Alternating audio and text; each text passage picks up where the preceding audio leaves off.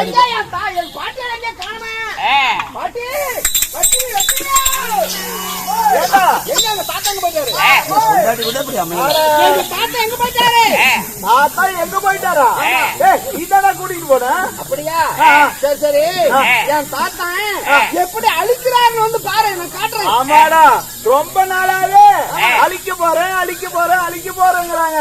அங்க போய் என்னத்தான் பண்றாங்கன்னு தெரியல. வந்த உடனே காலை பொடி கைய பொடி வலிக்குது. ஆமா அப்படின்னு சொல்றாரா? நான் கொண்டு இன்னொரு இடத்துல காட்டுறேன்.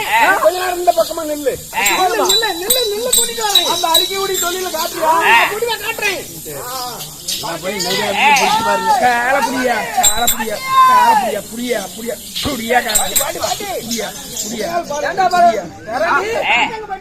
தாத்தா படியலுக்கு போய்க்கிறாரு. நீயா பைத்தியம்? உனக்கு பைத்தியம் முடிச்சு ஒண்ணு கூடாது. நீதான் நீ நினைக்கிற அவர் என்ன அளக்கிறான்னு சொல்லி வந்து பாருவா.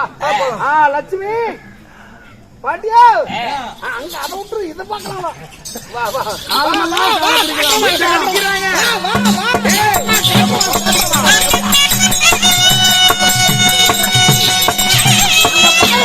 என்ன பண்றாங்க பாரு. அந்த பாரு என்ன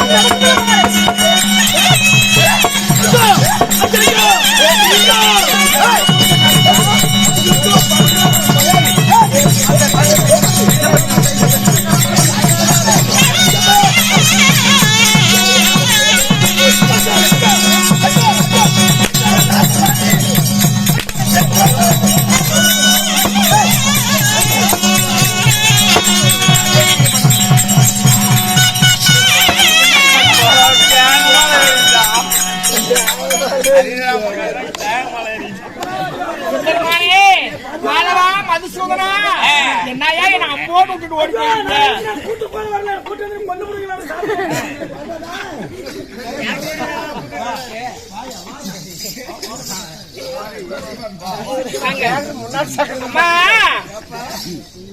உண்மையிலே நடந்தது என்னன்னு தெரியாமையே நீங்க எல்லாரும் நீங்க அடிக்கதான் வந்துட்டு இருக்கீங்க. போட்டு படுக்கலான்னு யாரு கிடைச்சாங்க?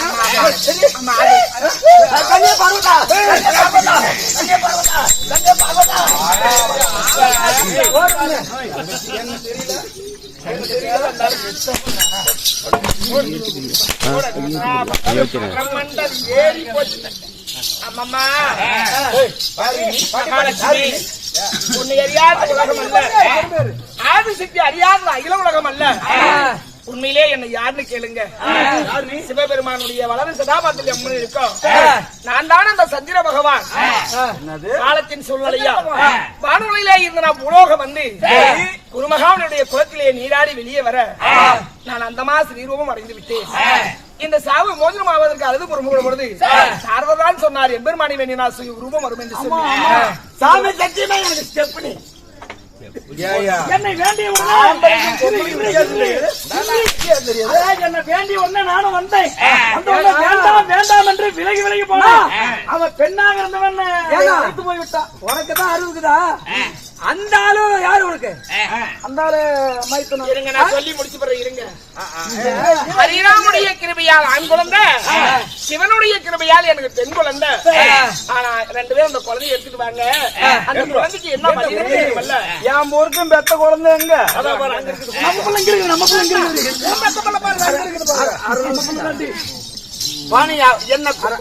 என்ன மாதிரி எம்ஜிஆர் மாதிரியே இருக்கும் பாரு.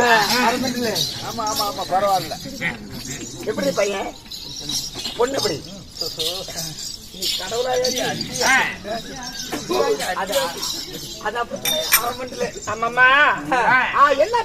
சிவனுக்கு எனக்கு பிறந்திருக்கிற ஒரு குழந்தை.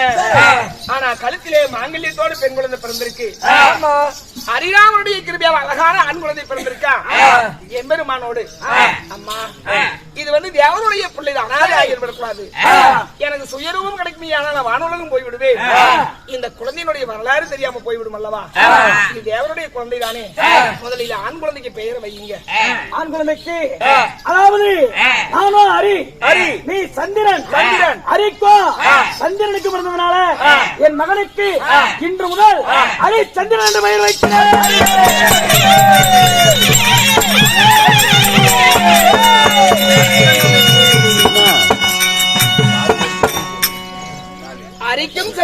ஜனனமானதனால் ஹரிச்சந்திரன் இந்த பெண் குழந்தைக்கு பெயர் சூட்டவில்லையே.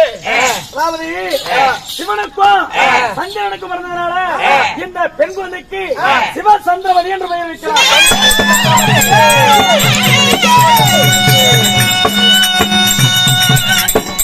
அதுக்கெல்லாம் சரிதான் சாமி.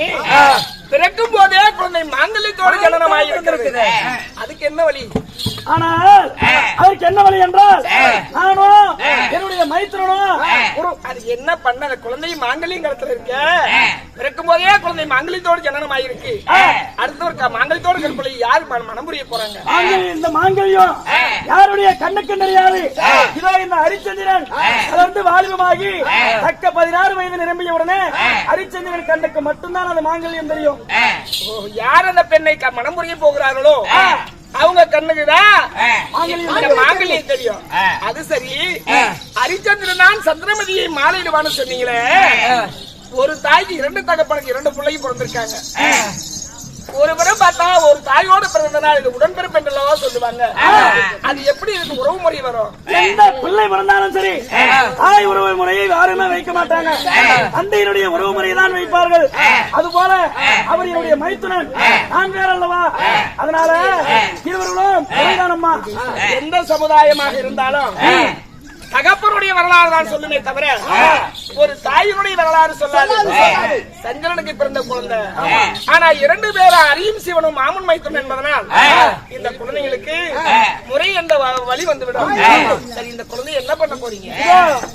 என்னை வேண்டி இந்த அரியை வேண்டி என்னுடைய பத்தாயம் விளைக்கூடிய அயோத்தியமான நடத்தியார் வரக்கூடிய திருச்செங்கு மகாராஜனாகப்பட்டவர் இல்லையோ பிள்ளை என்று சொல்லி அரி அரி என்று என்னை சோத்திரம் செய்கிறார்.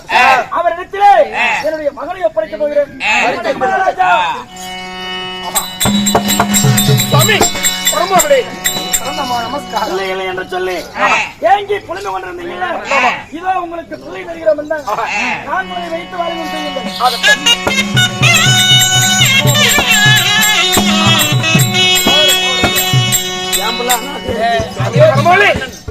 பல்லாண்டு காலமாக புத்திர பாக்கியமே இல்லை என்று சொல்லி தங்களை கோரி கடுந்தவம் செய்து தங்கள் அருள் பிரசாதமாக இந்த ஆண் பிள்ளைகளுக்கு வாரிசு அழகான ஆண் குழந்தையை உன்கரங்களில் ஒப்படைத்திருக்கிறார். அயோத்தியில் கொண்டு போய் இந்த குழந்தையை அரிசனோட பெயரோடு சீரும் சிறப்போடு வளர்த்து அப்படியே இரு. ஒரே நிமிஷம், இந்த குழந்தை என்ன செய்யும்? இந்த பெண் குழந்தைய கண்ணமாபுரி பட்டணத்தை வரக்கூடிய மகிழ்ச்சி மன்னனாகப்பட்டவர் இந்த சிவபக்தன் சிவனை வேண்டி பிள்ளை இல்லை என்று சொல்லி மாலா கண்ணீரை பூமியில் வீழ்த்துகிறார். அவரை அழைத்து தரலாம். மகிழ்ச்சி மன்னா. ஐயா சாமி பகவானே, உன புள்ளன்னு சொன்னீங்க. ஆமா சாமி. கொண்டு போய் வெச்சுங்க.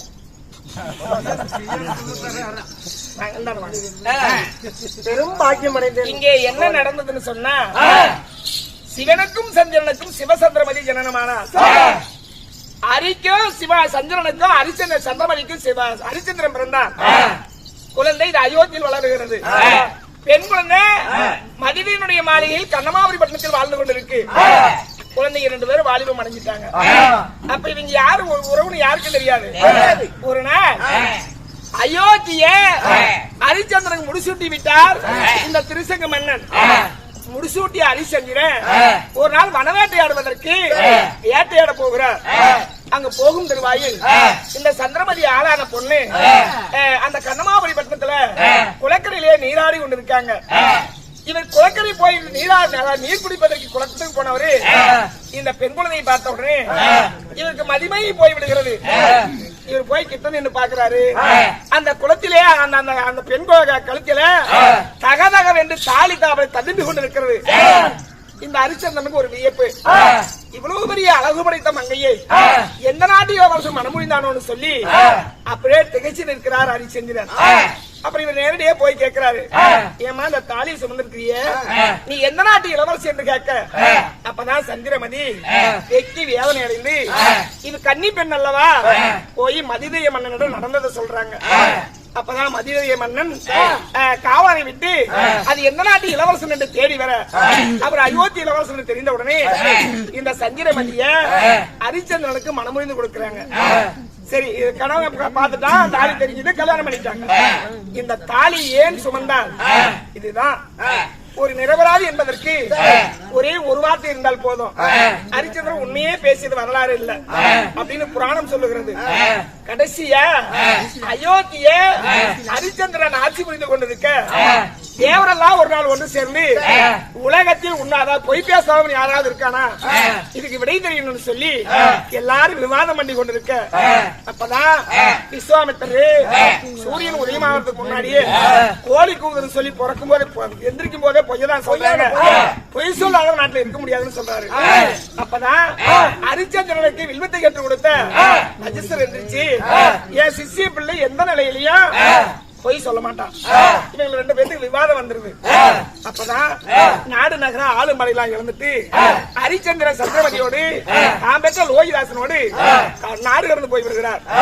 அங்க போய் அந்த விஸ்வாமித்திர மகாபலி கட்ட வேண்டிய கடனுக்காக வேண்டி பொண்டாட்டியை கொண்டு போய் காலகண்ட அடிமை வச்சுட்டு இவர் கடனை தீர்ப்பதற்கு வீரபாக தோட்டியா மயானத்திலே காவல் இருக்கிறார். இதான் விதி சொல்லுவாங்களே. அப்பதான் ஒரு மனிதன் ஒரே நிலையோடு இருப்பானே, ஆனால் எவ்வளவு பிரச்சனைக்கு வந்தாலும் கடைசியில் அவனுக்கு வெற்றி தான் கிடைக்கும். அதுக்கு இந்த வரலாறு ஒண்ணு சொல்லலாம். ஹரிச்சந்திரன் மயானத்துல காவல் காக்கிறாரு. அப்போ அடிமை கண்ட அதாவது காலகண்டைக்காக வேண்டி தாம்புள்ள லோகிதாசனை தெற்பையா இருக்க சந்திரமதியை மலைக்கு அனுப்புறாங்க. அங்க பாம்பு கடிச்சு புள்ள செத்து போயிடுறான். பிள்ளையே சுமந்துகிட்டு காசிமா நகரத்துல நகரம் செய்வதற்கு சந்திரமதி போறாங்க. அப்ப புருஷன் ஆறு கொண்டாடி பல நாள் ஆகி போச்சு. அப்ப மயானத்துல கொண்டு போய் பிள்ளை எரிக்க போகும்போதுதான் அவ்வளவு பெரிய சத்தியவான் மனைவி தெரிஞ்சு போச்சு. தாலி தகதகன தொங்க அங்க சுடுகாட்டுல ஒரு வினோதம் நடக்கிறது. சுடுகாட்டுல யாரு புலகரிச்சாலும் வாக்கரிச்சு வெட்டுக்கருட்டு முளத்துண்டு முக்கா பணம் கொடுத்தாதான் எத்த பிள்ளையா இருந்தாலும் தகனம் செய்ய முடியும். இந்த விதியை மாறி இந்த அம்மா போய் தகனம் செய்ய அப்பதான் இவர் வந்து பாக்குறாரு. முளத்துண்டு முக்கா பணத்தை கொடுத்துட்டு உன் பிள்ளையும் தகனம் செய்யணும் சொல்ல அப்பதான் எனக்கு உற்றாரு உறவினர் இருந்த அம்மால அப்ப தாலியை பார்த்துட்டு ஹரிச்சந்திரன் சொல்லுகிறார், நீ ஏன் போய் உற்றாரு உறவினர் சொல்ற, உன் தாலிதான் சுமந்திருக்கல, இந்த தாலியை கொண்டு போய் வித்துட்டு கொண்டாந்து கொடுன்னு சொல்ல அப்பதான் தாலி ஒரு பறையனுடைய கண்ணுக்கு தென்பட்டு போச்சேன்னு சொல்லி இந்த அம்மா பருத வைக்கிறாங்க.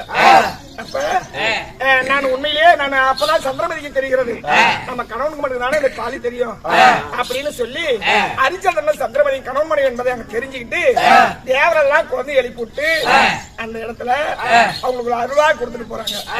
இதனாலதான் ஹரிச்சந்திரன் 4ஆம் பாதம் அடைந்தார் என்று வரலாறு சொல்லுவாங்க. இதுக்கு என்ன காரணம்னா கொண்டாட்டியை கொண்டு போய் காலகண்ட எல்லாம் அடிமைப்படுத்தி விடுகிறார். உள்ள மயானத்தில் மனித விடுகிறார். இவரு போய் வீரபாக தோட்டிட அடிமை இருக்கிறார். அவ்வளவு பெரிய இன்னல் வந்தும் கூட ஒரே ஒரு பொய்க்காக வேண்டி இதெல்லாம் விஸ்வாமித்திரன் செய்த கபட நாடகம். கடைசி வரைக்கும் மனுஷன் பொய்யே சொல்லல. அதனாலதான் அவருக்கு 4ஆம் பாதம் கொடுத்ததா ஹரிச்சந்திர புராணம் சொல்லுகிறது. அதனால இந்த குழந்தை தான் ஹரிச்சந்திரன் சந்திரமதி.